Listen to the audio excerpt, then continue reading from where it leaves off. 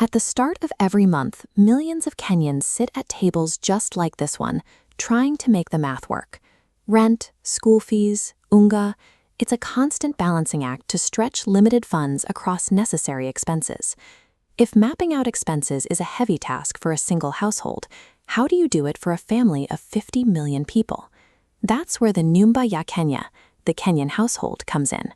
Think of the national treasury as the family's financial planner, doing the heavy calculating and proposing how the money should be spent. But who actually decides how much cash gets pulled from your pocket and exactly which siblings get what share? The national budget operates exactly like a massive family budget, and as a citizen, you have a fundamental, legally protected right to demand how that pot is spent. The rules governing this massive family pot are locked into the highest law of the land, Article 201 of the Constitution. Article 201 lays out a few strict principles. First, there must be oathingness and accountability.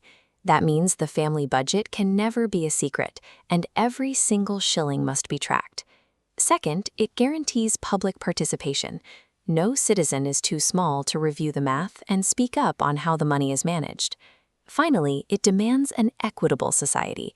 The pain of taxation must be shared fairly across the board, and the money collected must be divided equally between the national government and the 47 counties. Article 201 provides a mandatory legal shield that protects citizens from financial exclusion and ensures every Kenyan has a seat at the table. So how do those constitutional rules turn into the actual math required to run the country? This is a chart showing the sequence of 4 primary bills. It starts with the Budget Policy Statement, or BPS. Think of this as the broad strategy. It sets the absolute ceiling on how big the family pot will be for the upcoming year.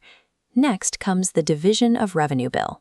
This takes that total pot and legally splits it between the national government, the parents, and the county governments. Then Parliament passes the Appropriation Bill. This is the legal green light but actually gives the government permission to withdraw cash and spend it on specific services, like health clinics and roads. Finally, there's the Finance Bill. This determines exactly how much each family member needs to contribute through taxes to refill that original pot. The government cannot move a single shilling from your pocket to a public service until all 4 of these specific documents are passed by Parliament. Because this process is so complex, it runs on a rigid, legally mandated calendar. By February 15th, the Treasury must submit that broad strategy, the BPS, and the initial split of revenue to Parliament. Then, by April 30th, the detailed annual estimates for revenue and expenditure are submitted for deep review. And June 30th is the absolute final day to approve the Appropriations Bill before the new financial year begins. This strict timeline forces debate and prevents government shutdowns. If you miss these deadlines, you miss your chance to speak before the ink dries. While the paperwork is dense, the entire system relies on your awareness. As more people recognize the legal requirements for participation, the national budget has shifted from a private document into the center of an active public debate. This room is where those financial decisions are finalized, and by law, the doors must remain open to the public's voice. You can read the proposed finance bill on the Parliament website, attend public participation forums in your county, or submit a written memorandum directly to the departmental committees before the deadlines hit. Kenya is your house.